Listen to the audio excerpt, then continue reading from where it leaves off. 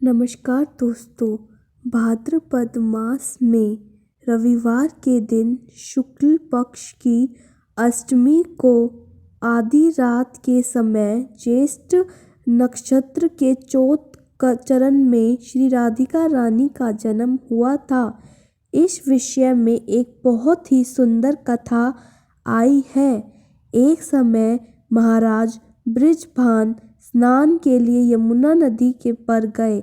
आसपास का वातावरण शांत गति से था और सुगंधित वायु लहरा रही थी। चिड़ियाओं की मधुर आवाज के बीच में महाराज बृषभान एक सुंदर दृश्य देखा।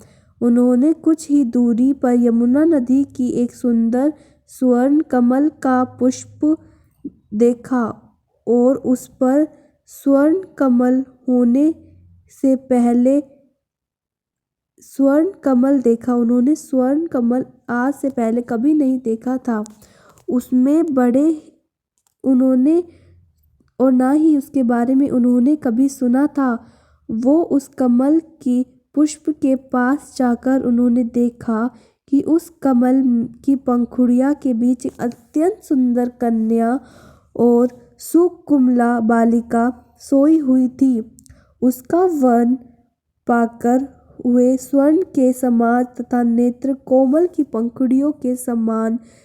इस बालिका को देखते ही महाराज ने माँ के वात्सल्य की वर्षा होने लगी। उन्होंने उस कन्या को अपनी गोद में उठा लिया और आसपास देखा तो कोई भी नहीं था। इस प्रकार नवजात शिशु को किसने छोड़ा होगा, वो ऐसा विचार कर रहे थे।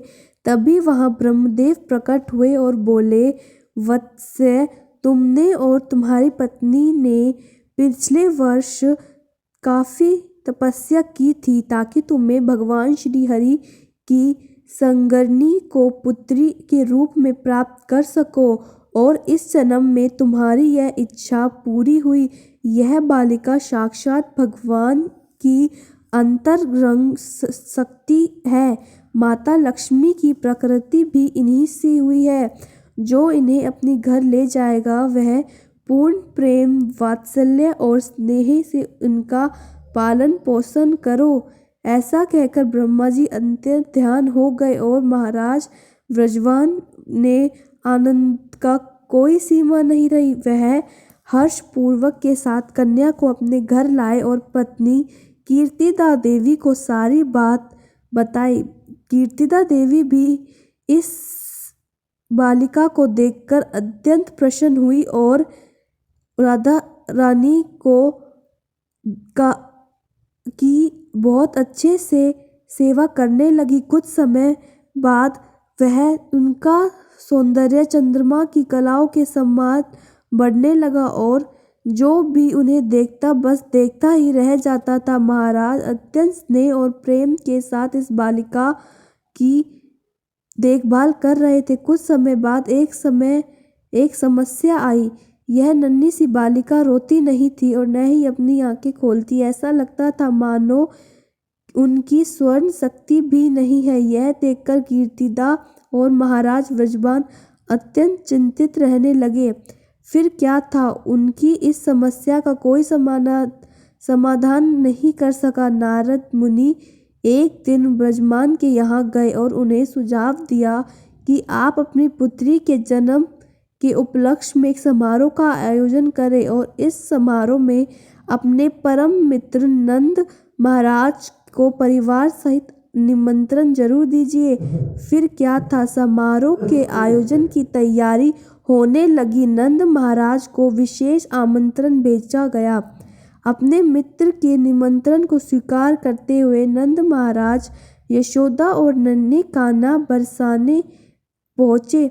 नन्हे कृष्णा को पता था कि उन्हें क्या करना है और कहाँ जाना है। वह अपने घुंघरू वाले स्पैरो से सीधा रानी के पास पहुंच गए। जैसे ही कृष्ण ने पालने में सोई राधा रानी को देखा तो देखते ही उनकी सुगंध से राधा रानी जान गई कि उनके प्राण प्रिय श्री कृष्ण आ गए। वह अत्यंत हर्ष के साथ उन्होंने अपनी आंखें खोली और सर्वप्रथम भगवान श्री कृष्ण के दर्शन किए और थोड़ी ही देर में वह रोने लग गई।